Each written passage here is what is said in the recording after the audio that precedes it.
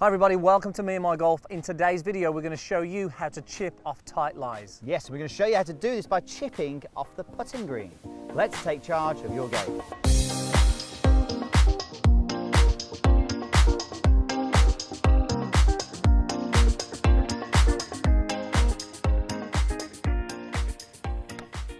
Nice shot, Pierce. It could be in, it could be in. Oh!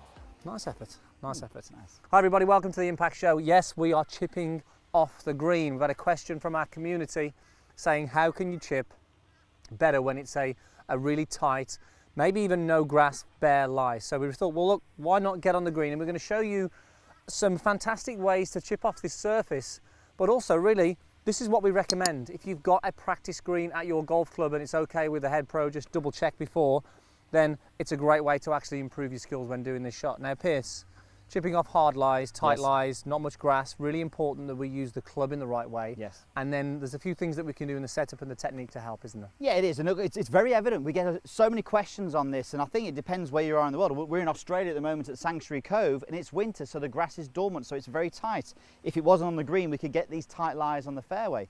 But the key is to really understand the concept and the setup. They can really help you. But first of all, when we're chipping generally with our lofted clubs, our lob wedge, sand wedge or gap wedge. I've got the 56 degree here. Have a look at that, Andy. So you can see 12 degrees bounce on this one here, which is fairly high, Pierce. Fairly high for a sand wedge, yeah, 12 degrees. And it's great for bunkers and soft lies. Because what the bounce does, if you don't know already, what it does is it allows you to get relief when you contact the ground. Now the problem is now, when you contact the ground, when it's firm, it's tight, it's bare, it's hard, the club is going to bounce and you may scull the golf ball through the green. So what we need to do is we actually need to take the bounce angle off the back of the club off a little bit. And that's what we're going to be doing in the setup. So the first thing we will do is we'll move the golf ball further back in the stance. So we've got it just inside the trail foot here. And then from there, I'm going to get the shaft and I'm going to lean it forward.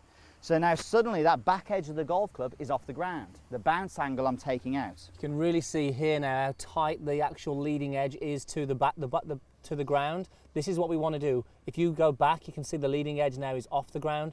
We don't want that. We want that leading edge nice and tight to the ground. Generally, when we get everything shaft length forward and ball back, we often see people trying to hit down on the golf ball. We're not asking you to do that.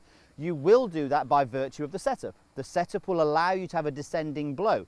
But actually what we want to feel when we're swinging through the shot is that we are getting interaction with the ground, but we're not taking a divot.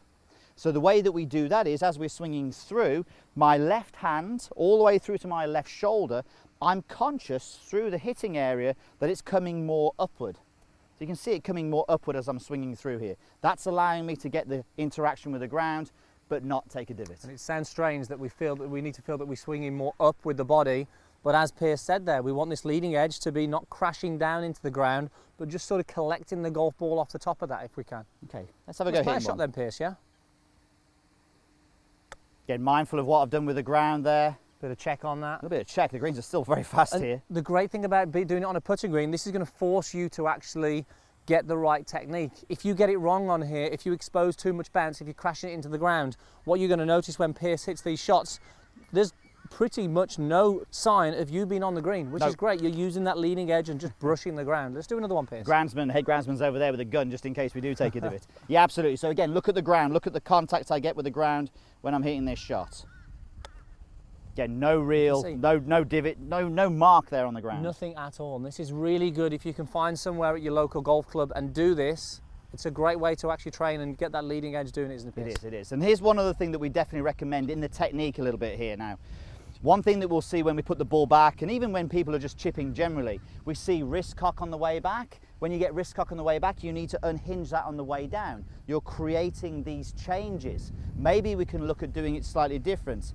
So if we can get the shaft slightly higher, what this is going to do, it's going to take your wrists out of the shot. Think of Steve Stricker. So when you hit the shot now, if you get the shaft really high like so, the wrists don't get involved. And I guarantee you though, the first time you do this, you won't get the club that high.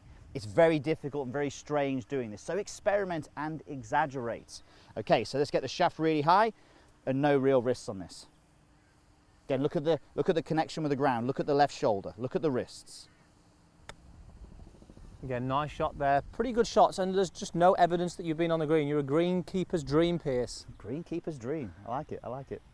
So that is probably the best way to simulate playing these chip shots. It's going to exaggerate these tight and bare lies. Just make sure you speak to your head professional before you start taking divots out the greens. Maybe doing a round of golf as well, playing with your friends, that might help as well. If you enjoyed the video, make sure you hit the thumbs up and leave us your feedback. Don't forget to leave us a comment down below about your game. How can we help? We're here to help you in as many ways as we can. And also, if you are new to the channel, hit that subscribe button. We do videos every single week to help your game. Thanks for watching. Massive thank you to Sanctuary Cove here in Queensland, Australia. Beautiful golf course here. Make sure you check it out if you're in the area. And thanks again, and we'll see you next time. Hi everybody, How to Play Golf the Basics is almost here. It was originally going to go live this Monday, but we postponed it till Monday the 16th of September.